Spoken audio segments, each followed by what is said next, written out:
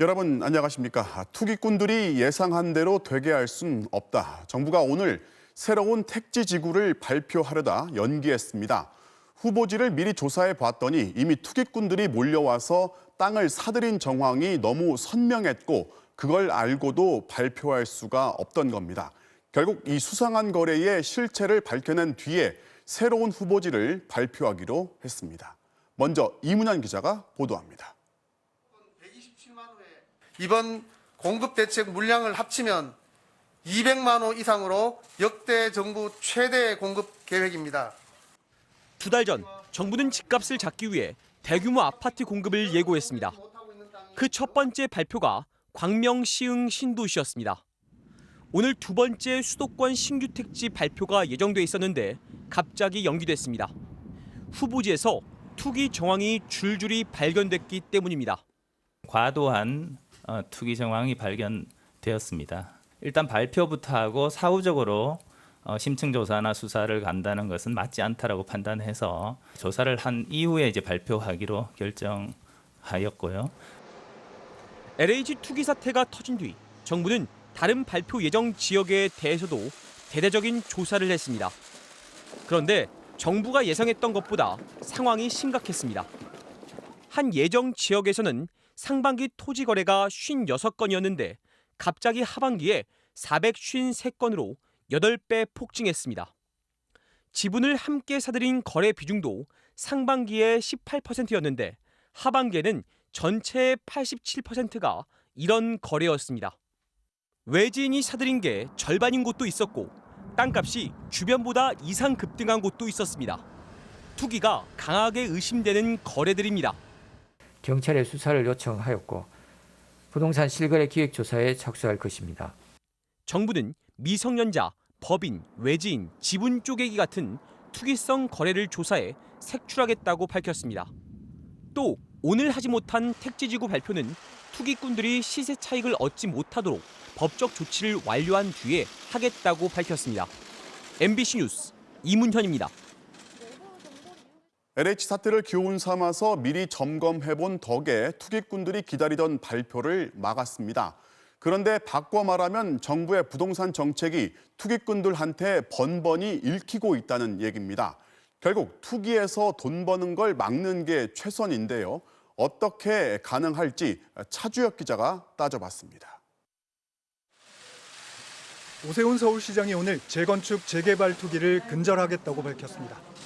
재개발, 재건축의 속도를 조절하면서 가능한 행정력을 총동원해서 부동산 시장 교란 행위를 먼저 근절해 나가겠습니다. 실제로 재건축 단지들에선 허위 신고, 호가 부풀리기, 가격 담합 같은 교란 행위들이 감지되고 있습니다. 재건축뿐만이 아닙니다. 신도시 발표 때도 투기꾼들은 언제나 정부보다 한 발 빨랐습니다. 유력한 후보지인 경기도 하남시는 작년 8.4 부동산 대책이 나오기 직전에도 이번 신규 택지 발표 직전에도 모두 토지 거래가 급증했습니다. LH 투기 사태가 터진 뒤 정부는 모두 19개의 투기 근절 법안을 내놨습니다. 투기 목적으로 취득한 농지는 강제 처분할 수 있도록 하고 보유 1년 미만 땅을 팔면 양도세를 70%까지 물리는 방안도 들어 있습니다. 공직자가 직무 관련 정보를 이용해 이익을 보면 몰수하고 아예 모든 공직자가 재산을 등록하는 처방까지 나왔습니다. 하지만 절반 이상은 아직 국회에서 논의를 시작도 못했습니다. 투기를 막는 근본 대책은 아니라는 지적도 나옵니다. 투기를 근절하기 위해선 공직자들은 물론 어느 누구도 아예 땅으로 돈을 벌 수 없게 막아야 한다는 겁니다. 초과 이득세라든지 과세를 가장 강하게 함으로써 투기적 이익을 보기가 쉽지 않겠구나 하는 부분들을 사람들에게 인식시켜주는 것이 되게 중요하다는 생각이 들어요. 정부는 이번에도 투기꾼들이 이익을 보지 못하게 막겠다고 밝혔지만 아직 만들지도 않은 법을 소급할 수 있냐는 질문에는 답을 내놓지 못했습니다. MBC 뉴스 차주혁입니다. 취임 100일을 하루 앞둔 미국 바이든 대통령이 교육과 복지를 위해서 우리 돈으로 무려 2천조 원의 투자 계획을 발표했습니다. 또 여기에 쓰일 돈은 미국 내 1% 부자들의 세금을 올려서 마련하기로 했습니다. 워싱턴 박성호 특파원의 보도 먼저 보신 뒤에 현지 연결해서 자세한 얘기 들어보겠습니다. 코로나로 경제가 휘청거려도 유통업체 아마존은 세계적인 특수를 누렸습니다. 최고 경영자 제프 베이조스의 재산은 지난 한 해 58% 불어나 우리 돈 201조 원, 세계 최고의 부자 자리를 지켰습니다. 주가가 치솟은 테슬라의 일론 머스크 CEO는 재산이 559%나 늘었고 마이크로소프트 창업자 빌 게이츠는 29%, 페이스북의 마크 주커버그는 86%나 재산이 늘었습니다. 지난해 미국에서 기업 CEO와 직원 간의 임금 격차는 320배로 벌어져 사상 최대였습니다. 바이든 대통령은 2천만 명이 코로나로 일자리를 잃는 동안 억만장자들의 부는 천문학적으로 늘어났음을 지적했습니다. 650 people increased their wealth by more than $1 trillion during this pandemic. And they're now worth more than $4 trillion. 중산층에는 어떤 세금도 올리지 않을 것이며 상위 1% 슈퍼 부자들에 대한 증세를 선언했습니다. But it's time for corporate America and the wealthiest 1% of Americans to just begin to pay their fair share. Just their fair share. 연간 4억 4천만 원 이상 버는 고소득자의 소득세 최고세율을 37%에서 2.6%포인트 올리고 주식이나 부동산 매각으로 연 11억 원 이상의 자본 이득에 대해서는 최고세율을 현재 20%에서 39.6%로 2배 올리기로 했습니다. 바이든 행정부는 교육과 복지에 1조 8천억 달러, 약 2천조 원의 재원이 필요한데 그 돈을 부자들한테 걷겠다는 겁니다. 그래서 3, 4세 어린이집 무상교육, 2년제 지역전문대학 무상교육, 보육지원 확대, 가족 돌봄 유급 휴가 확대 등에 투입할 방침입니다. 자, 투자의 규모도 놀랍고 이걸 1% 부자들한테서 받아내겠다는 계획 우리 역시 참고할 만합니다. 워싱턴 연결합니다. 박성호 특파원, 바이든 행정부의 부자 증세 배경부터 좀 살펴볼까요? 네, 보셨다시피 당장은 대규모 복지와 교육 예산에 들어갈 돈이 필요해서입니다.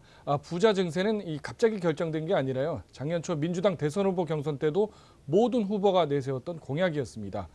코로나로 인해서 부의 격차가 확대되면서 더욱 탄력이 붙은 측면도 있는데요. 이 조세 평등에 대한 의지도 함께 깔려 있습니다. 미국에서는 세금을 주에도 내고 연방에도 내는데 바이든 대통령은 연방 소득세를 작년에 대기업 55곳이 한 푼도 내지 않았다고 했습니다.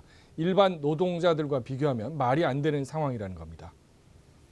이게요, 증세도 증세지만은 미국이 지금 밀린 숙제하듯이 엄청나게 재정을 투입하고 있단 말이죠. 분명 이전 정부하고는 다른 거죠. 네, 맞습니다. 재원 확보가 상당히 어려운 이 막대한 액수의 지출 계획을 계속 내놓고 있는 것은 이례적입니다. 이미 코로나 경기 부양책에 1조 9천억 달러, 인프라 예산에 2조 2천억 달러를 지출하기로 했는데 오늘 또 1조 8천억 달러 규모의 교육 복지 지출 언급했습니다. 수십 년간 이어져온 미국의 전통인 작은 정부에서 벗어나서 큰 정부로 복귀한다 이런 평가가 나옵니다.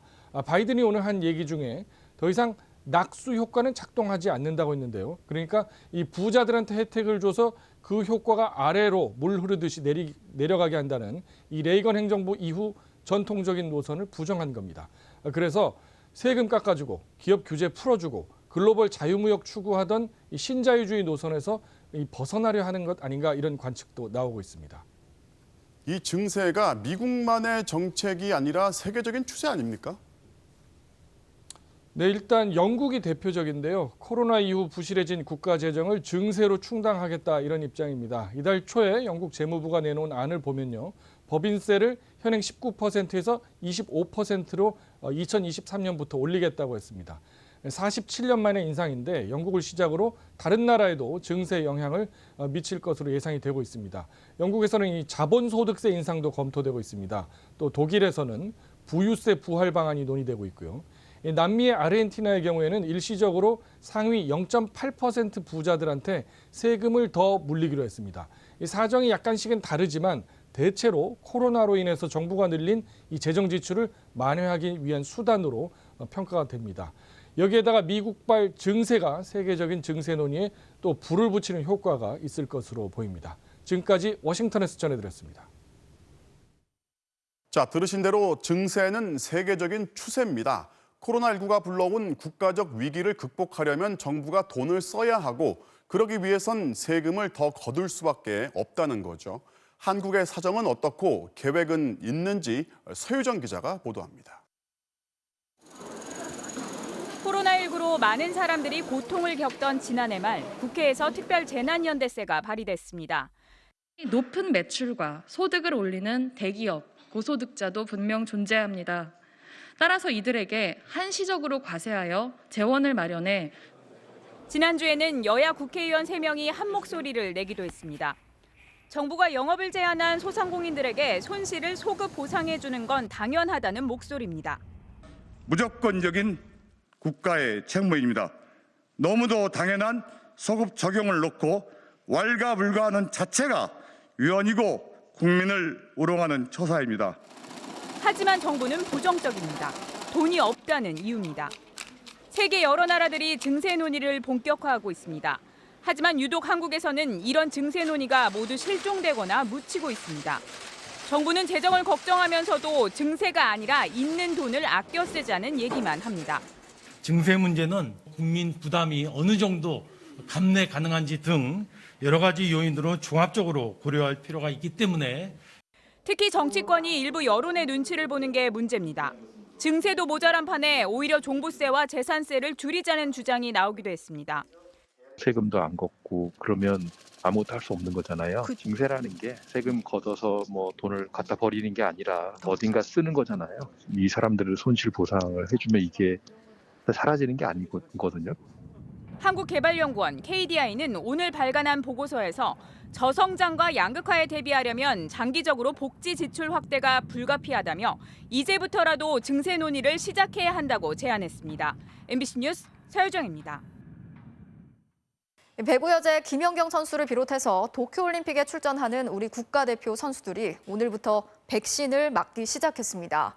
국내 코로나 백신 1차 누적 접종자 수는 오늘 300만 명을 넘어섰습니다. 조희영 기자가 취재했습니다. 도쿄올림픽 국가대표 선수들에 대한 백신 접종이 시작된 국립중앙의료원.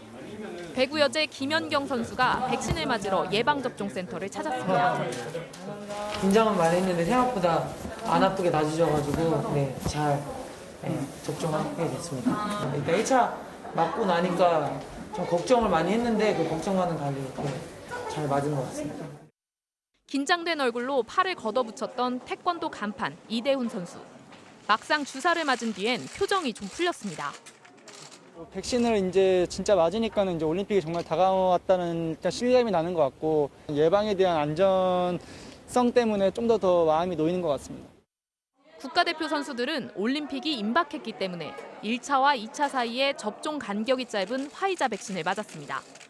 코로나19 백신 1차 접종자는 접종 시작 62일 만인 오늘 오후 300만 명을 넘어섰습니다. 65세 미만 요양병원 입소자와 종사자 등 1분기 대상자의 88%가 1차 접종을 마쳤고 2분기 접종 대상자는 38%가 백신을 맞았습니다. 이와 같은 추세라면 9월에 전 국민의 70% 수준인 3,600만 명까지 충분히 접종 목표가 달성이 되고 11월에 목표한 집단 면역이 형성될 것으로 기대합니다. 백신 폐기량을 최소화하기 위한 방역당국의 조치도 나왔습니다. 아스트라제네카는 한 병당 10명, 화이자는 6명을 6시간 안에 접종해야 해 예약을 하고도 안 오면 백신을 폐기하는 경우가 생깁니다. 예약제를 하더라도 당일날 건강 상태가 안 좋거나 피치 못할 사정으로 못 올 수가 있기 때문에 정부는 접종 의료기관의 근무자나 접종자의 보호자 등 곧바로 접종이 가능한 대상자들을 예비 접종 명단에 등록하고 여기에 더해 다른 진료 때문에 병원을 찾은 환자나 보호자도 본인이 동의할 경우 그 자리에서 접종할 수 있게 했습니다. MBC 뉴스 조희영입니다. 정부가 백신 접종을 2차까지 마친 사람들에겐 자가격리를 면제하는 혜택을 주기로 했죠. 여기에 더해서 요양병원이나 시설에서 접촉 면회도 가능하도록 했습니다. 박진주 기자가 전해드리겠습니다. 오늘 오후 경기도 광주의 한 요양병원. 유리문을 사이에 둔 채 손을 맞대고 휴대폰으로 손녀의 사진을 보여줍니다. 94살 어머니의 얼굴을 만질 수도 손을 잡을 수도 없습니다. 엄마 좋아하는 명란젓이랑 그리고 계란에다 풀어서 갖고 왔어. 허용된 면회 시간도 단 20분. 가림막 밖에서 돌아서야 하는 가족들은 아쉬움이 가득합니다. 나를 가끔 버렸나 그렇게 생각하시는 것 같아요. 엄마 손 좀 잡게 해줬으면 좋겠어. 손을 못 만지고 이렇게 엄마를 앉지를 못하니까 그게 조금 제일 아쉬울 것 같아요. 요양병원에서는 감염 확산을 막기 위해 이렇게 투명문을 사이에 두고 비접촉 면회를 하고 접촉 면회의 경우 중증 환자거나 임종을 앞둔 일부 환자에 한해 가능했습니다. 그런데 앞으로는 2차 접종 2주가 지나 면역이 생긴 접종 완료자는 가림막 없이 가족을 만나는 접촉 면회가 허용됩니다. 환자와 보호자가 접종을 해야 접촉 면회가 가능한데 방역 당국은 구체적인 지침을 준비하고 있습니다. 어떤 안전 그런 지침을 만들어서 접촉 면회를 할지에 대해서는 좀 세부 가이드라인을 현재 저희 방역 당국하고 복지부가 만들고 있는 그런 상황입니다. 75%가 접종을 완료한 요양병원과 시설 종사자들의 선제 검사 횟수도 줄어듭니다. 수도권 요양시설 종사자들의 경우 일주일에 2번 검사를 받았지만 접종 완료 뒤엔 한 번만 받으면 됩니다. 접종을 하면 또 면역이 생길 거고 상체가 생길 거고 그분들 건강이라든지 정서라든지 이런 거에 좀 접촉으로 되면 많이 도움이 되지 않을까. 또 접종 완료자는 2주 자가격리를 면제받지만 해외 입국 확진자나 변이 감염자와 접촉했다면 자가격리 대상이 됩니다. MBC 뉴스 박진주입니다. 오늘 새로 발생한 코로나19 확진자 수는 680명, 여전히 높은 수준을 기록하고 있습니다. 오늘부터는 코로나19에 감염이 됐는지 간편하게 확인할 수 있는 자가검사 키트를 약국과 온라인에서 판매하기 시작했는데요. 다만 PCR 검사가 어려운 경우에 보조수단으로 사용해야 한다고 방역당국은 강조하고 있습니다. 서울시 교육청은 감염 위험이 큰 기숙학교 등의 사용을 검토하고 있습니다. 박윤수 기자가 취재했습니다. 오늘 오후 서울 종로의 한 약국. 누구나 스스로 검사를 하고 30분 이내에 결과를 확인할 수 있는 코로나19 자가검사 키트 판매를 시작했습니다. 지난 23일 식품의약품안전처의 조건부 허가를 받은 지 엿새 만입니다. 오늘부터 이렇게 전국 약국이나 온라인을 통해 자가검사 키트를 손쉽게 구매할 수 있습니다. 한 상자에 2개가 들어있는 검사 키트의 값은 16,000원. 증상은 있지만 보건소나 임시선별 검사소에 빨리 갈 수 없을 때 우선 감염 여부를 확인하는 데 도움이 될 걸로 보입니다. 그렇게까지 양성일 것 같지는 않은데 그래도 혹시나 하는 마음으로 확인해보고 싶으신 분들, 그런 분들이 유용하게 쓰실 수 있을 것 같습니다. 하지만 실제로는 양성인데도 음성으로 나오는 이른바 가짜 음성이 나올 가능성이 높아 주의가 필요합니다. 일단 검사 1시간 전에는 코를 풀지 말고 콧구멍 안쪽을 면봉으로 문질러 검체를 제대로 채취하는 게 중요합니다. 또 면봉이나 키트가 이물질로 오염되거나 판독 시간이 30분을 넘으면 가짜 양성으로 나올 수도 있습니다. 검사 결과 붉은색 2줄, 즉 양성이 나오면 곧바로 선별진료소로 가 PCR 검사를 받아야 합니다. 자가검사 키트는 식약처 허가 사항에 따라 호흡기 감염 증상이 있는 개인이 신속한 확진 검사가 어려울 경우에 보조적 수단으로 사용하는 것이 원칙입니다. 검사 전후에는 환기와 손 씻기를 철저히 하고 면봉 키트 장갑은 밀봉한 채 폐기해야 합니다. 특히 양성이 나왔을 땐 키트와 면봉 등 사용된 모든 도구들을 밀봉 상태로 보건소에 가져가야 합니다. 자가검사 키트는 당장 다음 달부터 100명 이상이 기숙 생활을 하는 서울의 학교 20여 곳에 도입될 예정입니다. 기숙형 학교나 운동부 운영학교 등의 제한적 보조적 수단으로 활용하는 방안을 적극적으로 검토하고 있습니다. 서울시 교육청은 또 학교 주변에서 집단 감염이 발생하면 학생들이 쉽게 PCR 검사를 받도록 이동 검사소도 함께 운영하기로 했습니다. MBC 뉴스 박윤수입니다. 문재인 정부의 마지막 검찰 수장이 될 차기 검찰총장 후보가 4명으로 좁혀졌습니다. 검찰 수사를 받으면서도 유력 후보로 꼽혔던 이성윤 서울중앙지검장은 탈락했습니다. 이재욱 기자가 취재했습니다.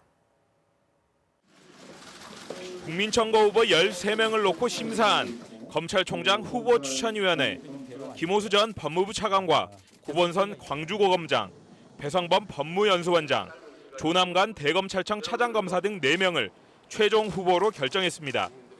이 중 사법연수원 기수가 가장 높은 김호수 전 차관은 박상기, 조국, 추미애 등 현 정부 장관 3명을 보좌하며 검찰개혁에 발맞춰온 만큼 유력 후보로 점쳐집니다.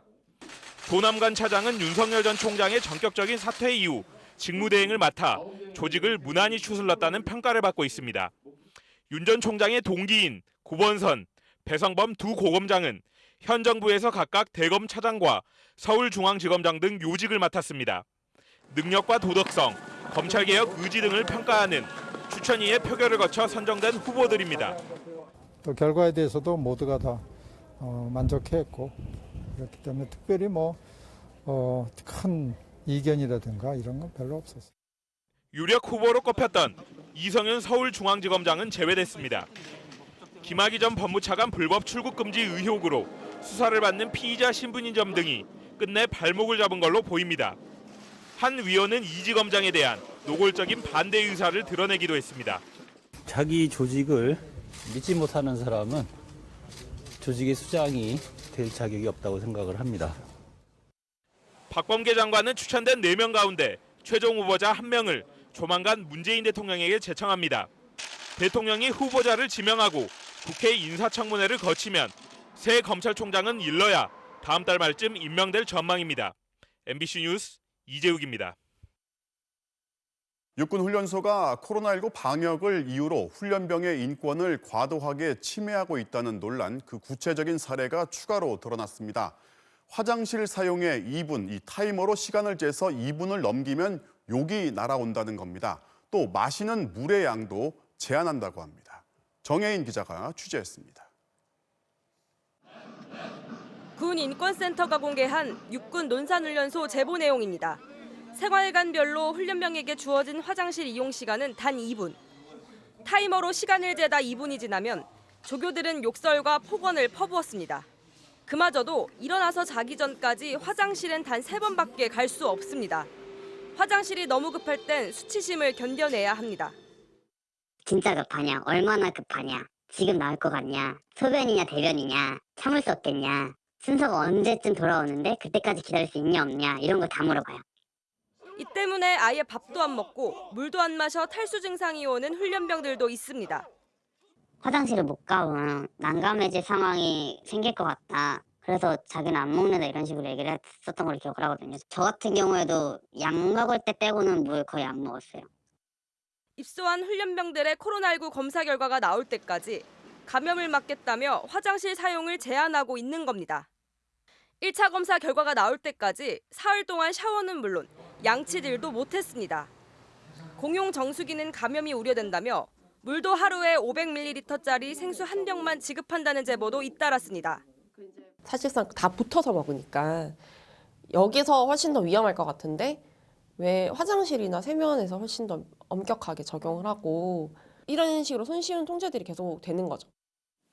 군 인권센터는 생리 현상까지 군이 통제하고 있는 상황은 포로 수용소 수준의 인권 침해라며 국가인권위에 직권조사를 요청했습니다. 아무래도 훈련병들이 훈련소에 있거나 현역 군인으로 복무를 하고 있는 경우가 많기 때문에 직접 진정을 넣기는 어려운 상황이고 그렇기 때문에 인권위에서 직권으로 그냥 조사를 개시를 하는 것이 옳다. 앞서 인권위도 과잉방역 논란이 일고 있는 군 훈련소에서의 인권 실태 조사에 착수했습니다. 육군은 방역관리 체계를 재검토해 개선책을 마련하겠다고 밝혔습니다. MBC 뉴스 정인입니다. 그런가 하면 한 병사는 간부들한테 폭행과 협박을 당했는데 군이 석 달 동안 꿈쩍도 않다가 이 병사가 온라인에 글을 올리자마자 가해자를 처벌했습니다. 병사들한테 휴대전화가 전면 허용된 이후 군 내부 문제가 이렇게 온라인을 통해 적나라하게 드러나고 있습니다. 정동훈 기자가 보도합니다. 지난해 말 휴가에서 복귀해 격리시설인 간부 숙소에 머물던 육군 28사단 소속의 한 병사. 어느 날 밤 술에 취한 간부 4명이 갑자기 들이닥쳤습니다. 화장실 문을 막 발로 차면서 나와 막 이렇게 욕을 하면서 당황해서 팬티만 입고 나왔죠. 40분 넘게 폭언이 이어졌고 한 명은 폭력까지 휘둘렀습니다. 방 왜 이렇게 이따구로 해놨냐 하면서 욕을 하면서 어깨도 밀치시고 다른 간부는 입막음까지 시도했습니다. 그냥 넘어가는 게 좋겠다 하면서 협박 아니야 협박을 하시더라고요. 병사는 다음 날 바로 부대에 신고했지만 조사는커녕 자신만 타 부대로 전출됐습니다. 제가 피해자인데 왜 저보고 가라고 하는지 모르겠고 그래서 가는 게 좋겠다 그래서 하셔서 거의 반강제적으로 갔죠. 참다 못해 육군들의 고충을 제보하는 SNS 계정에 글을 올리자 상황이 완전히 달라졌습니다. 다음날 바로 수사관님 오셔서 이거 어떻게 되고 있는 중이다 얘기해주고 밤엔 또 여단장님이 직접 찾아오셔서 들어줄 수 있는 건 다 들어주겠다. 해당 병사는 원부대로 복귀했고 가해자들은 기소되거나 징계를 받았습니다. 육군은 전출은 본인이 동의한 일이고 사건 처리도 진행 중이었다고 해명했지만 제보가 결정적인 역할을 한 겁니다. 실제 작년부터 병사들의 휴대전화 사용이 전면 허용되면서 언론이나 군 인권단체엔 사진과 동영상까지 첨부한 제보가 크게 늘었습니다. 한 해 상담 건수가 약 1,700건인데 스마트폰을 사용할 수 없던 해에 비해서 약 60% 증가한 수치이고요. 최근 국방부 장관이 직접 사과한 부실급식 문제 역시 병사들의 휴대전화 사진이 발단이었습니다. 사건을 이렇게 감추거나 그러기보다는 모든 것을 투명하게 공개하면서도 의식 수준도 변화가 좀 요청되는 시점입니다. 제보가 잇따르자 일부 부대가 휴대전화 검사를 했는데 이조차 폭로돼 또 다른 논란이 일기도 했습니다. MBC 뉴스 정도훈입니다. 현재 코로나19 상황이 가장 심각한 나라가 인도입니다. 새 확진자 수를 연일 경신하고 있고 이웃 나라로 번지고 있습니다. 의료 여건도 열악해서 산소통을 두고 암시장까지 열렸습니다. 손영 기자입니다. 발 디딜 틈 없이 사람들이 몰려든 골목. 곳곳에서 열띤 흥정이 벌어집니다. 모두가 원하는 건 바로 산소통.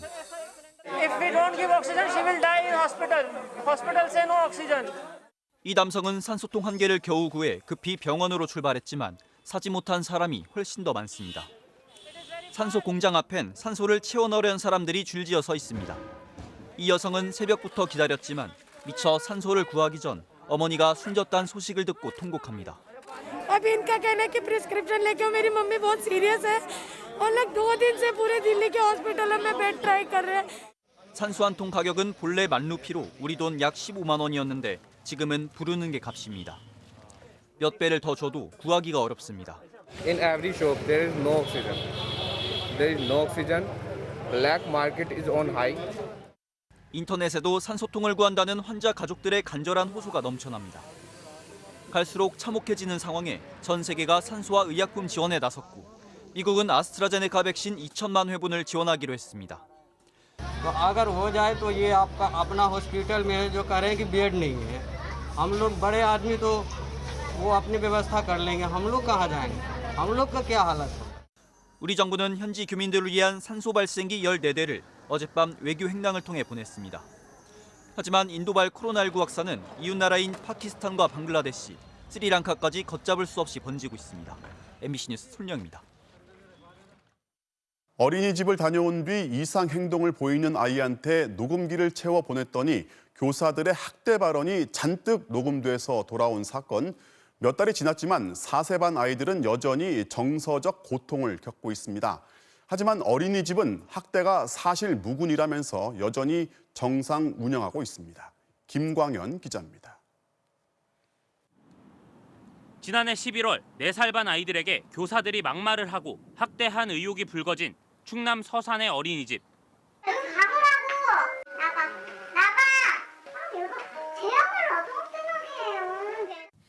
안타깝게도 피해 아동들은 당시 상황을 또렷하게 기억하고 있습니다. 됐어? 맞아. 폭행당한 경험을 말하기도 합니다.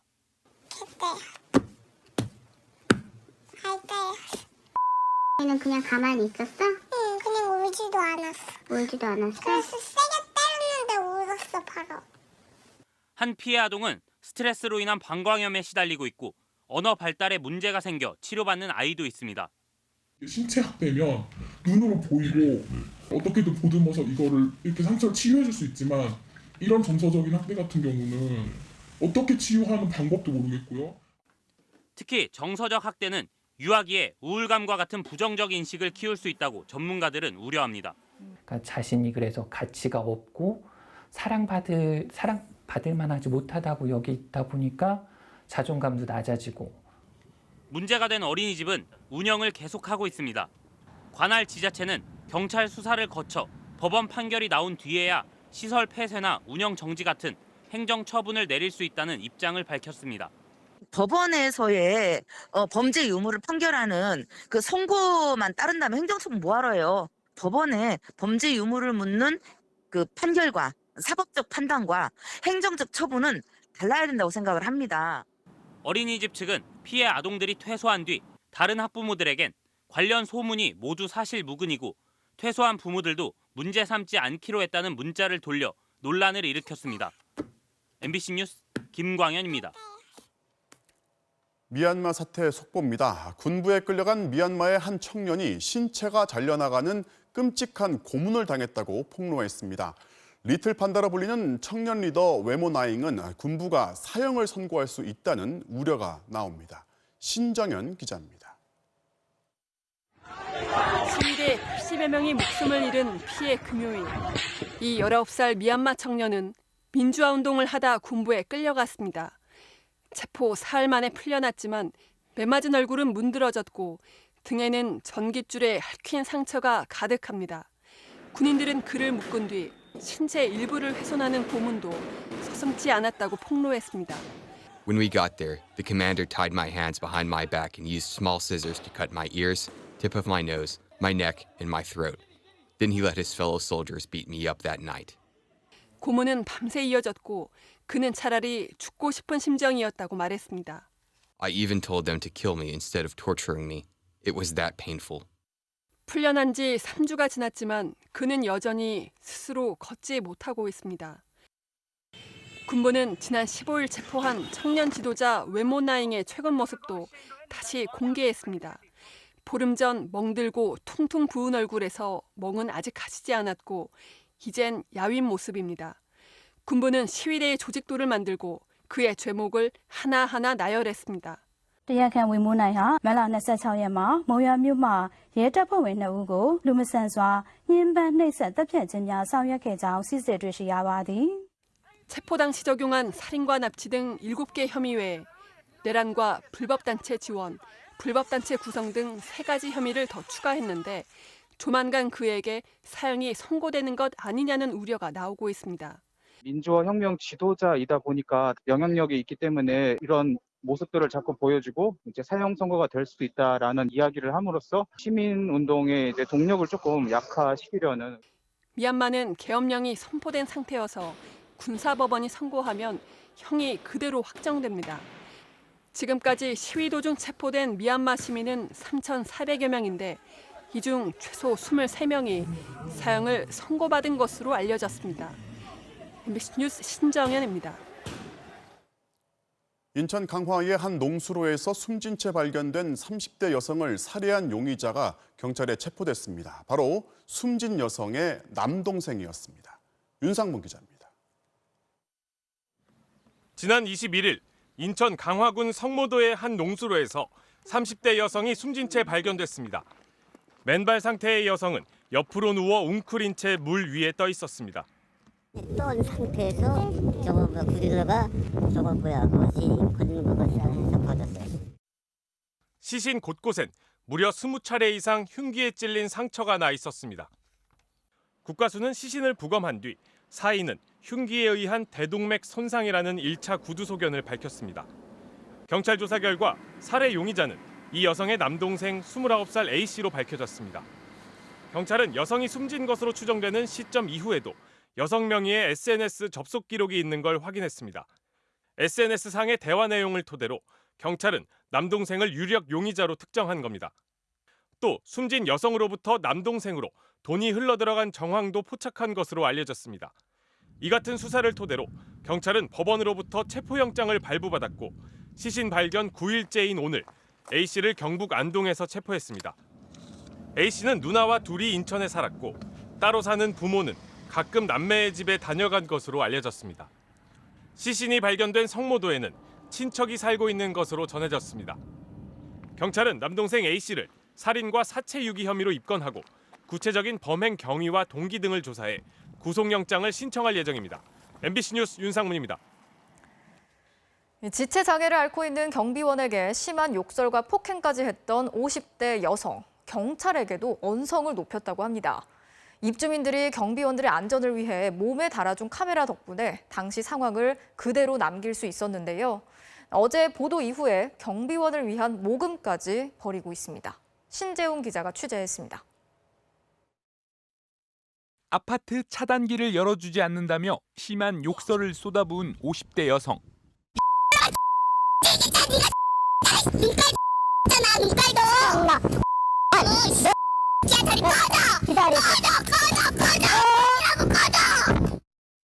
한 시간 가까이 계속된 욕설과 폭행에 충격받은 60대 경비원은 병원에 입원해 치료를 받고 있습니다. 이 여성은 사건 뒤 관리사무소와의 전화통화에서도 반성은커녕 오히려 소송까지 거론하며 겁을 줬습니다. 본인 있는 재산을 털어가지고 10억이 되든 얼마 되든 모든 거를 쏟아부어가지고 가만 놔두지 않겠다. 그런 얘기까지 하더라고요. 현장에 출동한 경찰과 조사 일정을 잡으려고 전화한 경찰관에게도 막무가내였습니다. 원성 높이고 대화가 잘 안 되더라고요. 경비원 가슴에 차고 있던 휴대용 카메라, 바디캠에 욕설과 폭행이 녹화되지 않았더라면 논란으로 번졌을지도 모릅니다. 이 바디캠은 이런 상황에 대비해 주민들이 달아줬습니다. 다른 아파트 경비원 갑질 사건을 보면서 경비원들의 인권을 보호하기 위해 지난 1월 주민회의에서 결정한 겁니다. 갑질 문제 같은 것들을 기사를 접하면서 저희 아파트 경비분들이나 미화분들도 이 안전에 취약하기 때문에 안전을 보호하기 위해서 어제 MBC 보도로 사건 경위와 피해 경비원이 지체 장애까지 있다는 사실을 알게 된 아파트 주민들은 위로금 모금도 시작했습니다. 한 주민이 단체 대화방에 모금을 제안하자 십시일반 모아보자, 약소하지만 동참하겠다는 글이 이어졌고 반나절 만에 100만 원 가까이 모였습니다. 생각하지도 않았는데 이렇게 모험을 해주신다는 것에 대해서 너무 감사를 드리고 제가 보답할 수 있는 길은 다시 빨리 복귀를 해서 열심히 일을 해야 되겠다는 생각밖에. MBC 뉴스 신재웅입니다. 경남 창원의 한 초등학교 운동장에 140kg에 달하는 멧돼지가 나타나서 등교하던 학생들이 대피하는 소동이 있었습니다. 운동장을 휘젓고 다니던 멧돼지는 출동한 경찰과 포획팀에 의해서 사살됐습니다.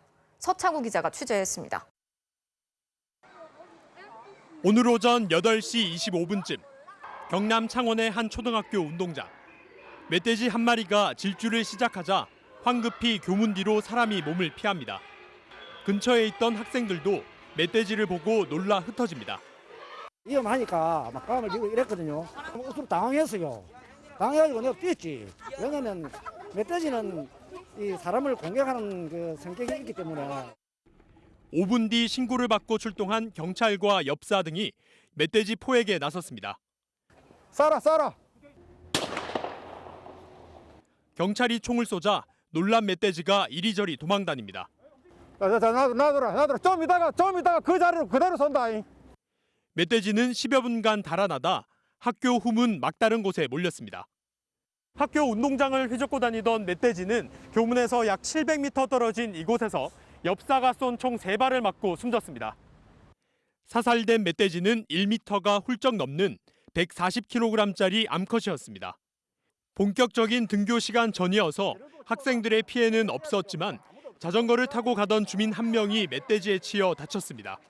이 멧돼지는 학교에서 5km 정도 떨어진 인근 대암산에서 내려온 것으로 추정됩니다. 중소도시에서는 도시가 확장하고 개발하면서 중간에 멧돼지들이 사는 서식 환경도 나빠지고 단절되는 지역에서는 도심으로 이렇게 출몰하는 현상이 많고요. 최근 3년간 전국에서 멧돼지 포획 출동 건수는 13,000여 건, 지난해에만 4,000건에 달했습니다. MBC 뉴스 서창우입니다. 요즘 바닷가에서 낚시하는 모습을 실시간으로 중계하는 인터넷 방송들이 많은데요. 현장에서 서로 좋은 자리를 차지하기 위해서 크고 작은 다툼이 많다고 합니다. 촬영 경쟁 끝에 다른 방송 진행자를 폭행하는 일까지 벌어졌습니다. 박성동 기자가 취재했습니다. 제주도 서귀포에서 대어가 잘 잡힌다고 알려진 한 바닷가. 낚시꾼들이 갯바위에 털을 잡습니다. 스마트폰으로 이 장면을 생중계하는 사람들도 주변에 몰립니다. 동시에 2명이 뛰어나왔어요. 자, 이런 경우 없습니다. 이 타입이. 방송 진행자들끼리 슬슬 촬영 경쟁이 시작됩니다. 안경순 씨, 그거 나와봐야 좀 사진 찍게. 이쪽으로 같은 데로 찍으면 되잖아요. 한 낚시꾼이 큼지막한 부시리를 낚아올린 순간 반대편에서 찍고 있던 또 다른 진행자가 벌컥 화를 냅니다. 제주도에 새 부실입니다. 한 20kg 정도는. 오늘 벌써 2마리째입니다. 그리고 순식간에 갈고리를 들어올려 상대 머리를 내려칩니다. 뭐라고?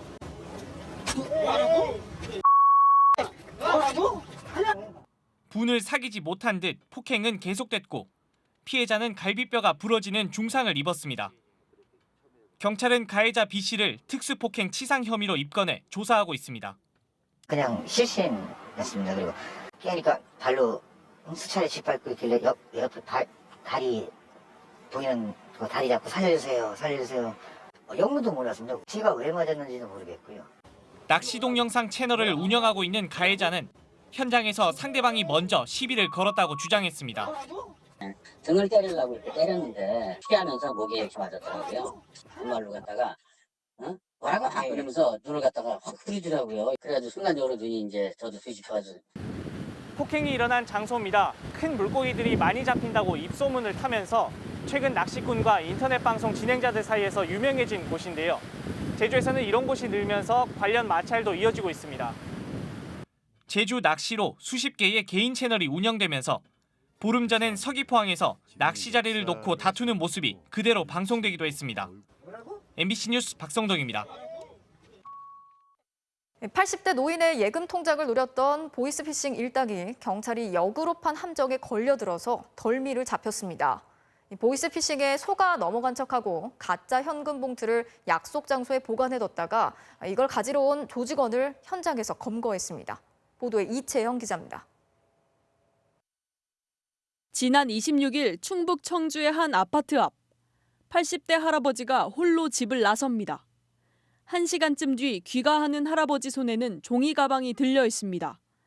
개인정보가 유출됐으니 통장에 있는 현금을 찾아 현관문에 걸어두라는 전화를 받고 시키는 대로 했던 겁니다. 보이스피싱 사기였습니다. 국제전화라고 하면서 근데 우체국에서 등기우편물 안 받지 않느냐고 경찰서에 가서 조사를 해야 한다고. 문고리에 걸어둔 현금 1,100만 원이 든 종이 가방은 금세 사라졌고 잠시 뒤 할아버지가 다시 집 밖으로 나옵니다. 보이스피싱 일당이 또 다른 통장도 위험하다며 이번엔 현관문 앞 우유 보관함에 돈을 넣어두라고 한 겁니다. 그제서야 의심이 든 할아버지는 은행 직원에게 도움을 요청했습니다. 보이스피싱이 아닌가, 수표나 이체는 안 되고 꼭 현금으로 달라고 하셨었습니다. 시간을 조금 끌어야겠다는 생각에 돈을 좀 세거나. 신고를 받은 경찰은 할아버지에게 가짜 돈 봉투를 만들어주고 우유 보관함에 넣어두라고 했습니다. 2차 범행을 위해 이곳을 다시 찾은 수거책은 가짜 돈 봉투를 들고 도망가려다 잠복해 있던 경찰에 덜미가 잡혔습니다. 한 번 성공했으니까 두 번째 다시 시도를 하는구나라는 걸 감을 잡고 은행에서 바로 가짜 돈 봉투를 만들어서 할아버지한테 들려보내서. 현장에서 붙잡힌 수거책은 터키 국적의 20대 남성으로 불법 체류자 신분이었습니다. 누가 일자리를 주기로 했다 뭐 이런 얘기는 했었어요. 인터넷에서 만났고 자기도 이제 인적 사항은 알지 못한다고 하더라고요. 경찰은 이 수거책이 갖고 있던 1,100만 원을 할아버지에게 돌려주고 나머지 일당도 추적하기로 했습니다. MBC 뉴스 이채연입니다. 요즘 우리 주변에 다문화 가정이 갈수록 늘고 있죠. 그런데 이 다문화 가정의 자녀들을 상대로 한 학교 폭력이 계속 증가하고 있다고 합니다. 우리 말이 서툰 부모들의 고충도 커지면서 이들을 돕기 위한 노력이 시작됐습니다. 조희원 기자가 취재했습니다. 지난 2007년 결혼해 필리핀에서 한국으로 온 심채린 씨.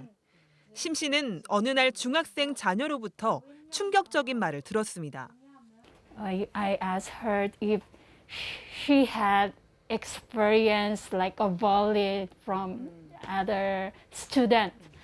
So, and right away, 바로 말해서 네 엄마 그래서 I was shocked. 지난해 8월부터 최근까지 같은 학교 학생으로부터 지속해서 폭행을 당했다는 것.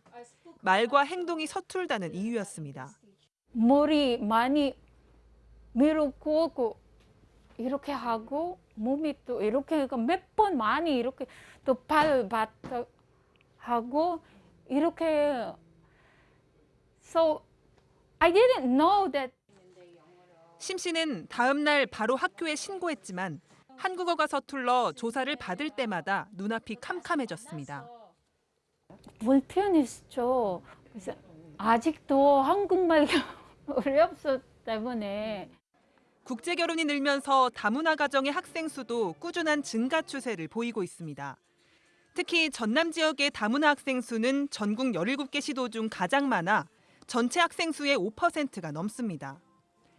광양시 교육청은 올해 다문화 학생에 대한 학교 폭력 피해가 지난해보다 3.7배나 급증하자 교육청에선 전국 최초로 이주 여성들을 모집해 현장 지원단을 출범시켰습니다. 다문화 아이 문제라든가 그런 거는 뭔가 도와주는 역할을 하고 싶어서. 다문화 가정 100만 시대. 겉모습이 조금 다를 뿐인 우리 이웃들이 차별받지 않고 소통할 수 있도록 도우려는 작은 노력이 시작됐습니다. MBC 뉴스 조희원입니다. 이어서 오늘 이 뉴스 전해드리겠습니다. 새벽에 한강공원에서 술을 마신 뒤 잠이 든 한 청년이 실종됐습니다. 벌써 나흘이나 지났지만 청년이 찍힌 CCTV도 청년을 봤다는 목격자도 나타나지 않고 있습니다. 엘리베이터에 들어선 한 청년이 옷 매무새를 정리하고 머리를 열심히 매만집니다. 지난 24일 밤 친구를 만나기 위해 집 앞 한강공원으로 나서는 의대생 손정민군이 자신의 아파트 CCTV에 찍힌 모습입니다. 이후 정민군은 귀가하지 않았고 연락도 끊겼습니다. 친구와 술을 마신 정민군은 SNS에 춤추는 동영상을 올린 뒤 친구와 함께 그대로 잠이 들었고 이후 친구가 잠에서 깼을 때도 정민군은 여전히 잠들어 있었습니다. 1시간쯤 더 지나 친구는 홀로 귀가했고 당시 정민군이 계속 자고 있었는지는 정확히 기억하지 못한다고 말했습니다. 그리고 정민군은 사라졌습니다. 현장엔 CCTV가 설치돼 있지 않았고 목격자도 없었습니다. CCTV를 찾아야 되는데 아예 설치가 안 돼 있으니까 방법이 없는 거고. 무슨 이유에서인지 친구와 서로 바꿔가지고 있던 휴대전화의 신호는 강북의 수상택시 승강장에서 잡혔지만 정민군의 행방은 묘연한 상태. 혹시 몰라서 친구 핸드폰 위치 추적을 할 수밖에 없었고 그나마도 7시에 배터리가 떨어졌고요. 사실은 아들이 갖고 있는지 아닌지를 알 수가 없는 거거든요. 정민군은 특별한 아들이었습니다. 아들보다 친구처럼 지내고 싶었고요. 그렇게 키웠고 정말 거리낌 없는 부자가 되자 저부터도 의지를 많이 했죠. 정민군을 찾기 위해 한강변을 돌며 붙인 현수막과 전단은 벌써 1000장이 넘습니다. 돌아다니면서 힘드니까 들어오면 또 잠은 자거든요. 그런데 내가 자도 되나? 얘가 어디 누워있으면 정말 추울 텐데 내가 이렇게 자고 있어도 되나? 자신이 전단지를 붙이러 집을 비운 사이 아이가 돌아올지 몰라 SNS에 프로필도 바꿨다는 아버지는 지금도 간절히 제보를 기다리고 있습니다. 사실 저는 영원히 안 봐도 좋아서 살아만 있으면 좋겠어요. 안 봐도 좋은데 평생 안 보더라도 살아있다면 그건 정말 견딜 수 있을 것 같아요. 정민아, 너 이 현수막 보면 어떡할 거야? 빨리 와. 오기만 해. 오늘 이 뉴스였습니다.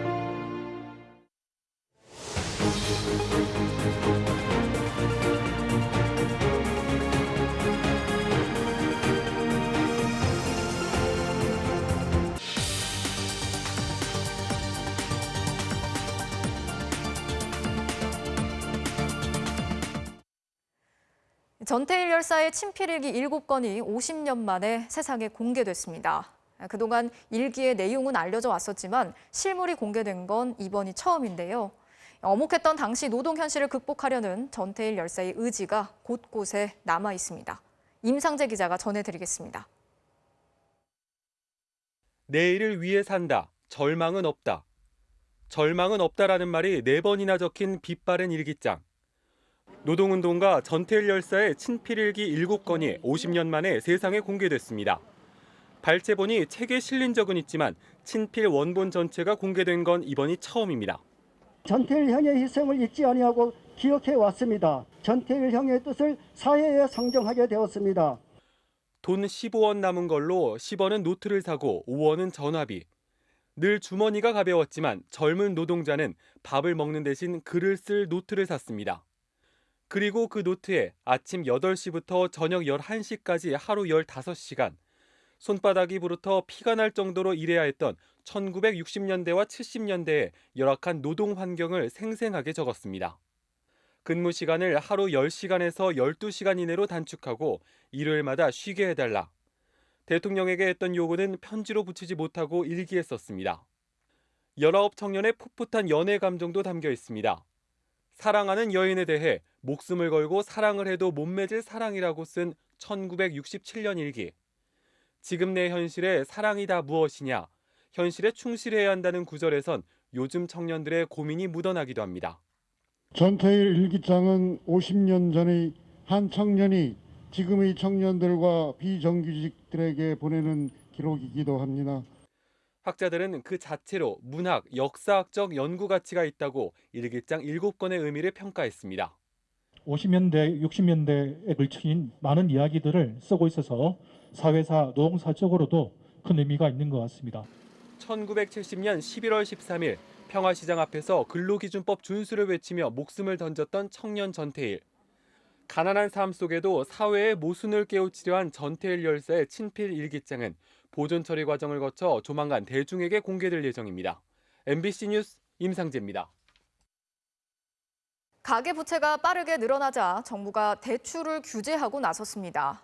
지금까지는 담보만 있으면 대출이 쉬웠는데 앞으로는 담보가 아니라 원리금을 갚을 능력을 따지기로 했습니다. 이렇게 되면 돈을 많이 빌리는 사람일수록 대출이 까다로워지는 건데요. 노경진 기자가 전해드리겠습니다. 코로나19가 덮친 2020년. 사람들은 먹고 살기 어려워서 돈 빌리고 주식과 부동산에 투자하려고 돈을 빌렸습니다. 가계부채가 1,700조 원을 돌파해 우리나라 1년 GDP보다 많아졌습니다. 가계부채 문제는 전세 주택자금 등 서민 생활과 직결되어 있는 동시에 금융 시스템의 리스크를 촉발하는 주요 요인으로 작용할 가능성도 있어서 세밀한 점검과 관리가 필요합니다. 정부가 가계대출을 규제하기로 했습니다. 방법은 총부채 원리금 상환 비율, DSR 규제입니다. 개인에게 돈을 빌려줄 때 갚을 능력이 있는지 소득을 따져보고 그만큼만 빌려주는 제도입니다. 갚을 돈을 따질 때는 주택담보대출, 신용대출, 학자금 대출은 물론 마이너스 통장, 카드론까지 모든 대출을 전부 합해 계산합니다. 규제 비율은 40%. 예를 들어 연소득 5천만 원이면 매년 갚아야 할 원금과 이자가 2천만 원을 넘지 않게 대출해주겠다는 겁니다. 이렇게 되면 담보대출을 받아 여러 채의 아파트를 사들이기 어려워집니다. 자산 거품을 빼는 효과도 거둘 수 있습니다. DSR 규제는 올해 7월부터 차차 도입돼 2년 뒤부터는 1억 원 이상 모든 채무자에게 적용됩니다. 약 90% 이상의 차주들은 이 DSR 규제에 영향에 미치지 않습니다. 소득과 무관하게 과도하게 금융권에서 차입을 한 경우에는 영향이 있을 수 있습니다. 하지만 이런 규제 방식은 소득이 적을수록 돈 빌리기 어려워지는 문제가 있습니다. 정부는 그래서 청년층의 장기 주택담보대출과 소득이 낮은 고령층과 전업주부를 위해 별도의 보완책을 두기로 했습니다. 청년층과 무주택자의 내 집 마련을 위한 대출 규제 완화는 당정 협의를 거쳐 다음 달 따로 발표됩니다. MBC 뉴스 노경진입니다. 공정거래위원회가 매년 발표하는 대기업 집단에 쿠팡이 올해 처음으로 포함이 됐습니다. 그런데 다른 대기업들과는 달리 쿠팡을 실질적으로 지배하는 김범석 의장을 총수로 지정하지 않아서 논란이 일고 있는데요. 외국인이라서 실효성이 없다는 이유 때문입니다. 오혜정 기자가 취재했습니다. 셀트리온, 네이버, 넥슨, 넷마블, 올해 처음으로 자산 10조 원을 돌파한 기업들입니다. 2019년 카카오에 이어 이들도 상호 출자 제한 기업 집단으로 지정됐습니다. 코로나19 덕에 IT와 바이오 기업들이 줄줄이 재벌급이 된 겁니다. 쿠팡도 자산 5조 원을 돌파하며 처음으로 대기업 집단으로 지정됐습니다. 대기업 집단이 되면 모든 계열사의 공시 의무가 생기고 총수 일가로 일감을 몰아주는 것도 금지됩니다. 그런데 공정거래위원회가 총수를 지정하지 않았습니다. 원래 대기업 집단은 삼성 이재용 부회장, 현대차 정의선 회장처럼 총수를 지정해야 합니다. 하지만 김범석 의장이 외국인이라 전례가 없고 당장은 친인척 회사가 없다며 총수 지정을 안 한 겁니다. 만약 김범석 의장이 친인척이나 개인 회사를 만들어 일감을 몰아줘도 규제할 방법이 없게 됐습니다. 또 실제로 외국인을 지정했을 때 과연 이게 법 집행이 가능한 건지 그래서 먼저 제도 개선이 선행돼야 될 것 같고요. 쿠팡 같은 플랫폼 기업들의 문어 발식 확장은 과거 재벌들 못지않습니다. 쿠팡의 자회사는 모두 7개, 강력한 플랫폼을 바탕으로 여행, PB 상품, 물류, 부동산, 택배, 결제까지 뻗어가고 있습니다. 곧 음식 배달업인 쿠팡 이츠도 분사할 계획입니다. 이 자회사들이 쿠팡과 거래해 벌어들이는 돈은 1조 4천억 원에 달합니다. 네이버와 카카오 같은 플랫폼 기업들이 이렇게 새로운 방식으로 사업을 확장하고 있지만 규제는 아직 옛날 그대로입니다. 알고리즘 조작이나 이런 방식들을 통해서 하기 때문에 그 플랫폼 독점에 대해서 규제를 할 수 있는 근거를 마련해야 될 것입니다. 공정위는 총수 지정을 하지 않아도 법인 간 내부 거래는 엄격히 규제하겠다고 밝혔습니다. MBC 뉴스 오혜정입니다. LH 사태 이후 공직자들 땅 투기 대책이 잇따라 나왔죠. 하지만 근본적으로 공직자든 아니든 부동산으로 벌어들이는 이 투기성 불로소득을 차단시킬 대책이 필요하다는 지적이 정치권에서 이어지고 있습니다. 어떤 방법이 제안되고 있는지 김재경 기자가 정리했습니다. LH 전현직 직원 20명이 사들인 이 농지는 3년 만에 시세가 100억 원이 넘게 뛰었습니다. 땅만 사도 거액의 자산을 불릴 수 있는 부동산 불로소득을 원천적으로 차단하기 위해 정의당 심상정 의원이 토지 초과 이득세 법안을 대표 발의했습니다. 개인과 기업이 특정한 목적 없이 갖고 있는 유휴지 땅값을 3년마다 조사해 전국 평균 땅값 상승분을 초과할 경우 1,000만 원까지는 30%, 1,000만 원을 넘어선 이득은 50%까지 보유세를 걷는 제도입니다. 지난 1998년 IMF 위기로 경기 활성화에 장애가 된다며 폐지됐던 토초세를 부활하자는 겁니다. 투기 수요를 차단해 토지 가격을 안정시키고 공공주택 공급도 원활해질 거란 취지입니다. 민간이 매각한 유휴토지를 국가와 지자체가 적극적으로 매입하면 공공주택 건설에 필요한 공공택지를 확보할 수 있습니다. 여권의 유력 대선 주자인 이재명 경기지사가 제시한 기본소득 목적의 국토보유세도 비슷한 취지입니다.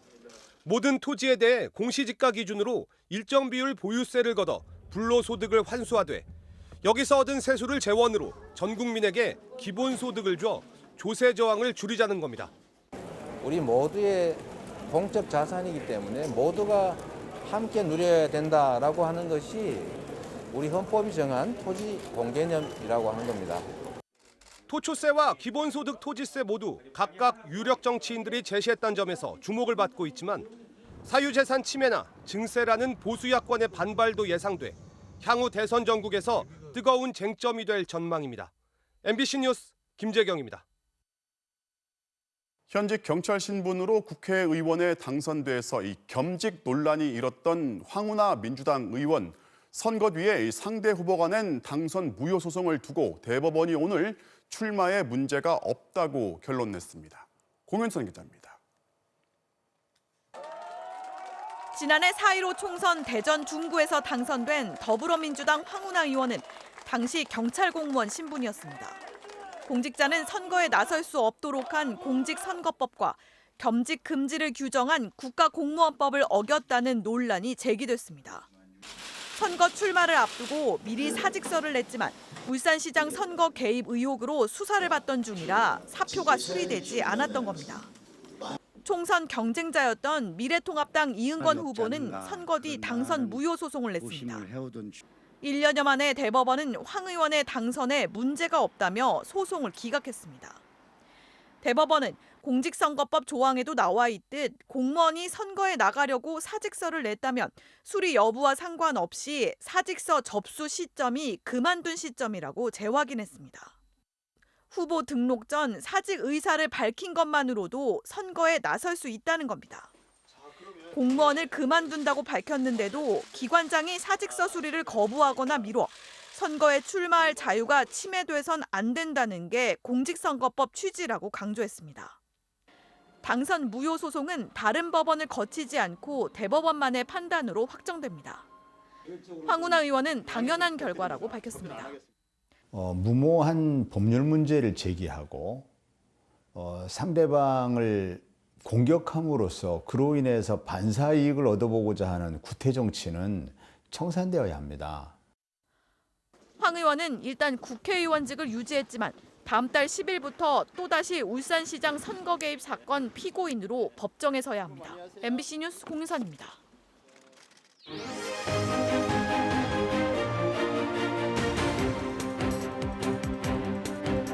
정치적 참견 시점 정치팀 김지경 기자 오늘도 나와 있습니다. 자, 준비한 소식 볼까요? 네. 잘 나갈 때 그만둬야 MB식 찍어내기인데, 자, 교통방송 TBS의 프로그램이죠. 뉴스공장을 두고서 재보선 때부터 지금까지 논란이 이어지고 있어요. 네, TBS 뉴스공장은 주로 보수 진영을 비판해 왔고요. 이번 선거를 앞두고는 내곡동 땅을 측량하는 현장에서 오세훈 시장을 봤다는 목격자들을 잇따라 인터뷰했습니다. 네. 보수 진영에서 보면 눈에 가시다 보니까 프로그램을 폐지하거나 진행자를 바꿔달라 요구해 왔는데요. 네. 오늘은 뉴스공장에 나온 국민의힘 의원이 진행자한테 직접 그만두라고 말하는 일까지 벌어졌습니다. 방송 내용부터 보시죠. 네. 김어준 뉴스공장 지금 어떻습니까? 이 잘 나갈 때 그만두는 것도 괜찮을 것 같은데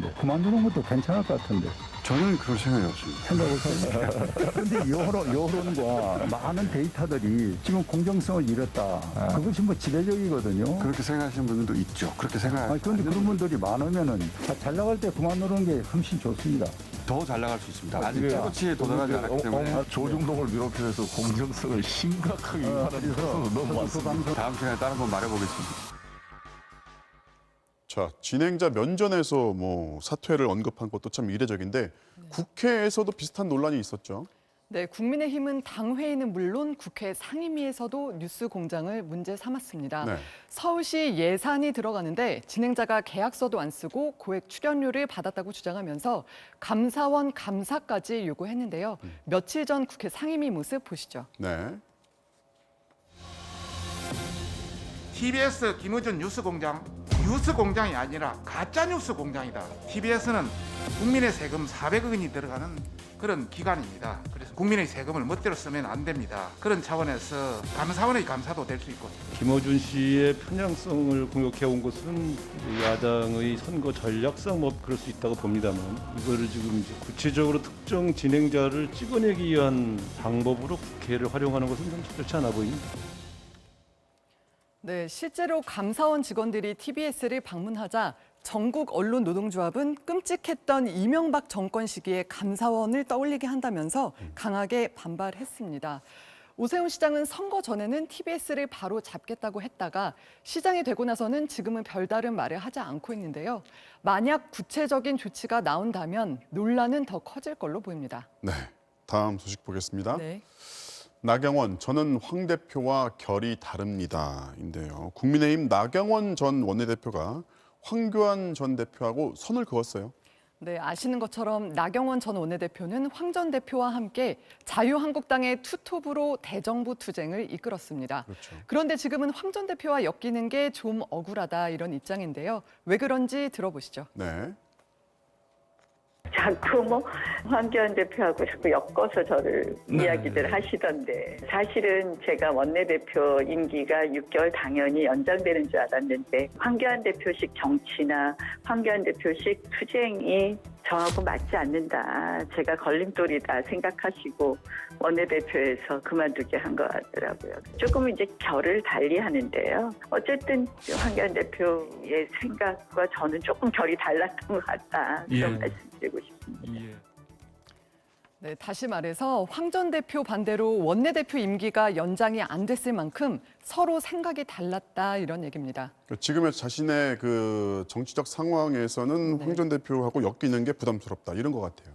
네, 두 사람이 정치 전면에 나서는 데 대해서 도로 한국당이다 이런 프레임으로 비판하는 목소리가 있는데 그런 걸 경계하는 걸로 보입니다.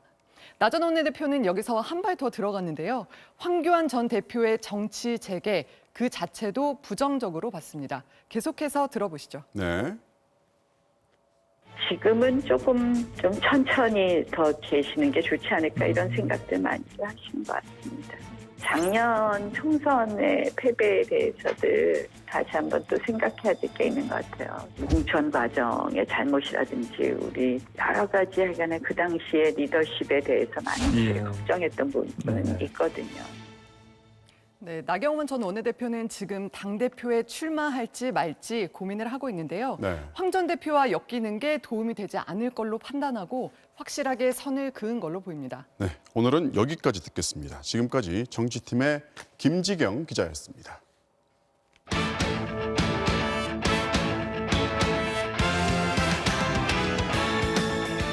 목요일 밤 스포츠 뉴스입니다. 도쿄올림픽에 나설 우리 선수단의 코로나19 백신 접종이 오늘 시작됐습니다. 시즌 중인 야구와 축구대표팀 선수들도 차례로 접종이 예정돼 있는데요. 부작용을 우려해서 경기 일정 조정도 검토 중입니다. 이명노 기자입니다. 100명의 국가대표 선수들이 1차로 화이자 백신을 맞았습니다. 다음 달 국제대회를 앞둔 배구여제 김연경도 백신을 접종했습니다. 생각보다 안 아프게 나아지셔가지고 잘 접종하게 됐습니다. 이제까지 맞으면 더 이런 불안함이 없어지지 않을까 생각하고 있습니다. 다음 달 4일까지 600명 정도가 접종 예정인 가운데 접종을 마친 선수들은 이틀에서 사흘간 무리한 운동을 피할 예정입니다. 잘 됐다라고 생각하는 게 조금 운동을 좀 많이 해서 조금 좀 피곤도 하고 조금 몸이 좀 많이 지친 상태였는데 휴식에 조금 더 집중을 할 수 있도록 하겠습니다. 하지만 시즌이 한창인 프로 종목 선수들은 다소 온도차가 있습니다. 프로야구는 예비 엔트리에 포함된 116명이 다음 주 월요일 백신을 맞는데 각 팀의 주축 선수들이 대거 포함돼 정상적인 리그 운영이 가능할지 걱정입니다. 두산 김태형 감독은 접종 다음 날 경기를, KT 이강철 감독은 3연전 전체 취소를 주장했습니다. KBO가 이와 관련해 경기 연기를 포함한 대응 방안을 논의하겠다고 밝힌 가운데 역시 리그가 한창인 축구대표팀은 다음 달 말로 접종 일정을 협의 중입니다. MBC 뉴스 이명노입니다. 날아가는 골프공을 차로 따라가 잡는 게 가능할까요? 가끔은 무모하게도 느껴지지만 성공하면 짜릿함이 가득한 이색 도전의 세계를 김태용 기자가 전해드립니다. 텅 빈 활주로, 자동차가 출발선을 넘는 동시에 호쾌한 티샷이 날아갑니다. 공이 달리는 차 안에 들어가면 성공. 과연 가능한 도전일까 싶었지만 날아오는 공을 살피며 속도를 조절한 끝에 정확하게 옆자리에 골프공을 탑승시킵니다. 277m짜리 짜릿한 세계 신기록이었습니다. 무모한 도전은 호기심에서 시작됩니다. 전투기와 스포츠카, F1 머신 등 누가 가장 빠른지 겨룬 단거리 경주에서는 가장 작은 오토바이가 우승을 차지했고 국내 경마장에서 펼쳐진 이색 경주에서는 사람이 말과 자동차를 제치기도 했습니다. 물론 한계를 느낄 때도 많습니다. 100m 한국 신기록 보유자 김구경은 자동차와의 70m 대결에서 0.2초 차 역전패로 아쉬워했습니다. 무조건 제가 50m 이후가 60m까지는 앞설 것이다라고 이미지 트레이닝을 계속 했는데 역시 똑같이 제 이미지대로 됐는데 자신의 은퇴식에서 공을 던져 차 창문 사이로 통과시킨 투수 유동훈. 무려 아파트 18층 높이에서 떨어진 축구공을 트래핑한 조원희. 헬기에서 떨어뜨린 미식 축구공을 정확히 잡거나 20m 높이의 파도를 뚫고 나온 서퍼까지. 때로는 이런 의문이 들기도 합니다. 열차를 이김으로 해서 우리가 얻는 게 뭘까요? 그러니까. 시청자 여러분께 칭찬받아요. 따뜻한 감동. 가끔은 허무한 실패로 끝나기도 하지만 그 무모함이 짜릿함으로 바뀌는 순간 우리의 상상은 현실이 됩니다. MBC 뉴스 김태훈입니다. 2시간 넘게 달리는 마라톤에서 자신의 기록을 1분 반이나 단축하면서 6초 차로 올림픽 티켓을 따낸 선수가 있습니다. 달리기가 내 전부라는 심종섭 선수를 이명진 기자가 만났습니다. 비가 내리는 악조건 속에 열린 지난 4일 도쿄올림픽 마라톤 대표 선발전. 올림픽 기준 기록 2시간 11분 30초까지 1분도 채 남지 않은 상황에서 잔뜩 지쳐있는 심종섭이 나타나자 코치진의 목소리가 커집니다.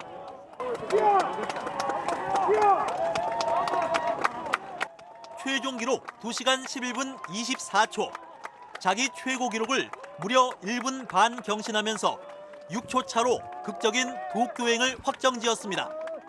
좀 짜릿했죠. 제가 여태까지 이제 살아가면서 운동 시작하면서 이제 그 여기서 다 보상받는다는 그런 느낌을 되게 받았어요. 어려운 가정 형편 때문에 아르바이트를 하며 부모와 떨어져 혼자 지내야 했던 중학교 시절.